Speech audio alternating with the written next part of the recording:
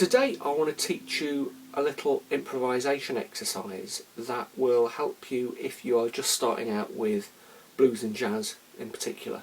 Although, you know, a lot of kind of improvisation styles like funk and rock, this kind of thing will also help you with.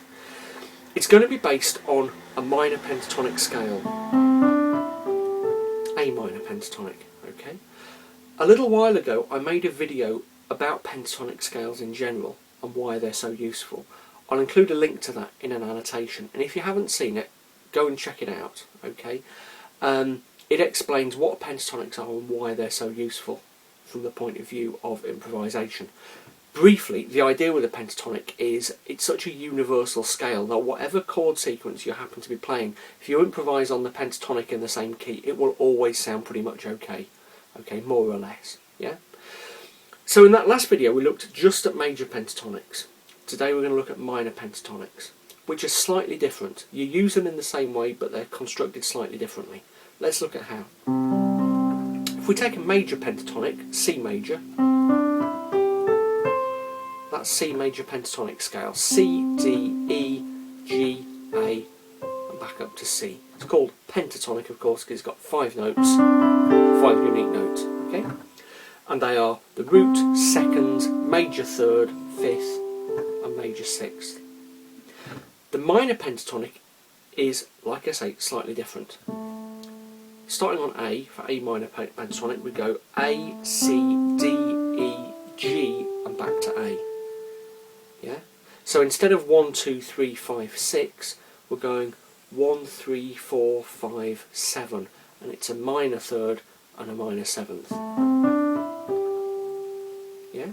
In a lot of ways, minor pentatonics are easy to work out because if you know your chords, what you can do is play a minor seventh chord, like A minor 7, and the pentatonic is all of those notes plus the fourth.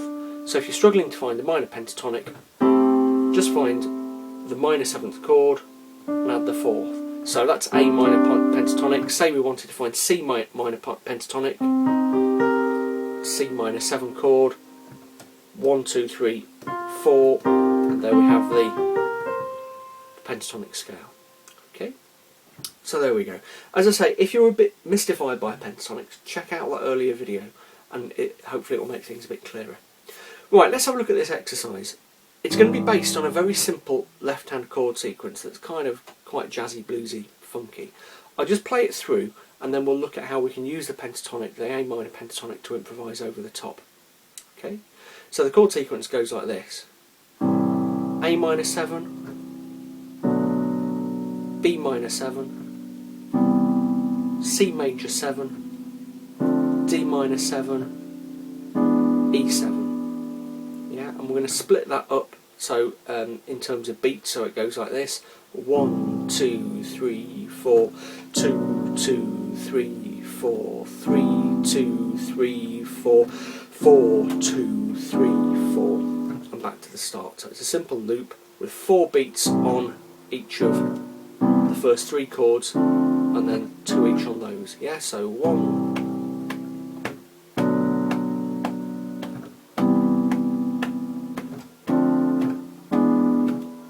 Okay, and again, if you're really new to improvisation, it might be a good idea to get that chord sequence sort of down pat first, so you're really comfortable with it before you start doing your left hand.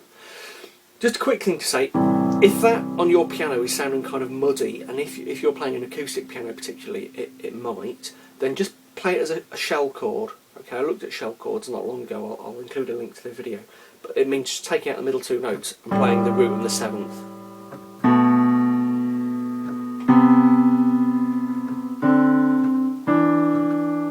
Okay, but for now I'll play the full thing. Okay, now to improvise over the top, we can use any of the improvisation techniques that I've covered in the past. I'm not going to go into detail in them now. Check out my earlier videos, especially the ones on blues, and they're all explained there. But very broadly, we're just going to play around on the notes of the A minor pentatonic scale. And if you're new, try and stick to just a few notes at first. Okay, maybe just a couple, or 3 or 4 in one hand position. Okay, so let's start off just improvising the single hand position there, over that chord sequence.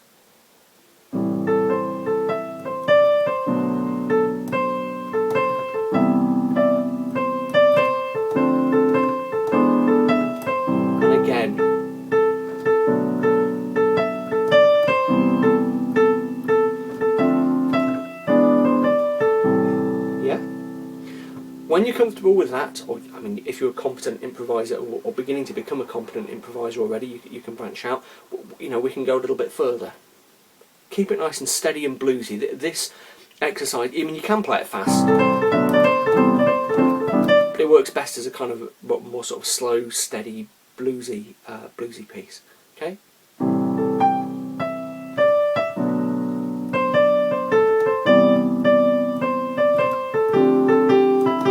Whoops.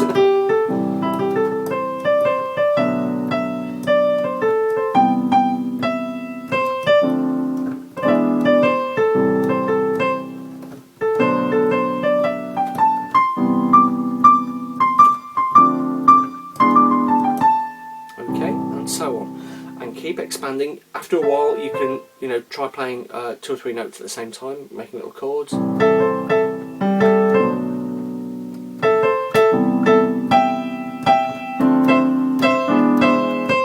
Yeah, play around with it as usual. The best way to learn improvisation is to experiment and you know, to really kind of take the exercise and make it your own.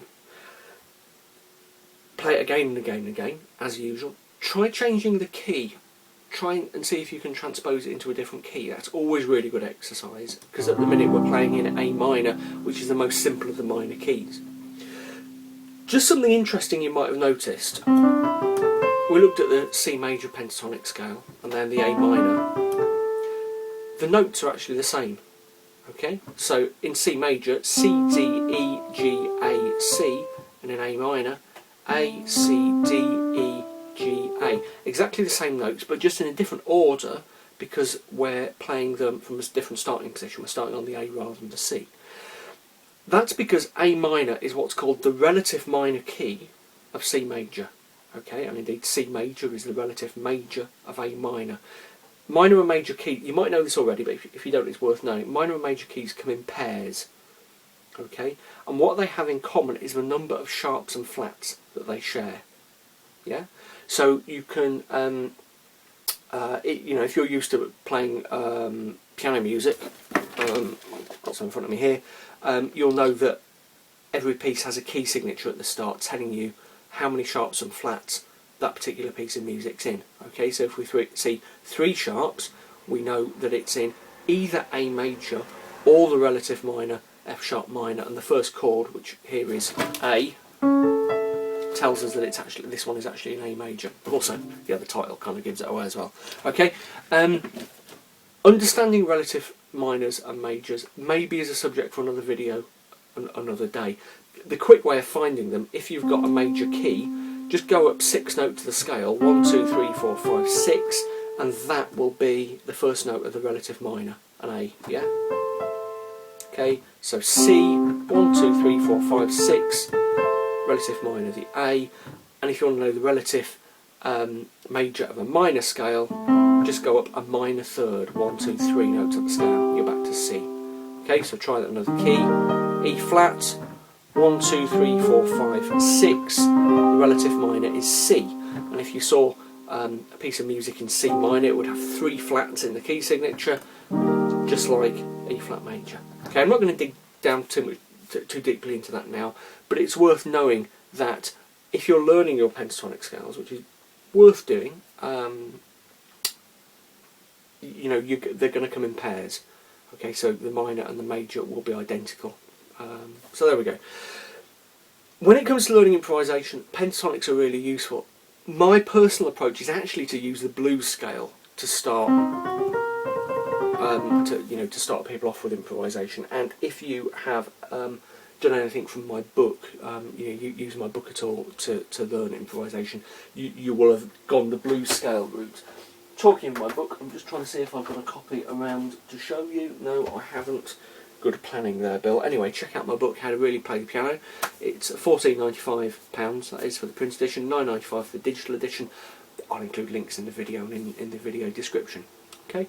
If you've got any questions about pentatonics, relative minors, majors, I know straight into a slightly different subject there, but any questions about any of that, as usual, stick them in the comment thread and I will get back to you.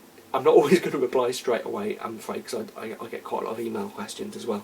You're welcome to email me. It's easier if you put it in the comment thread because everyone can understand it, but you're welcome to email me as well. But if you don't understand that, if you do get stuck with any of it, just give me a shout and I'll do my best to help you out. Okay, there we go.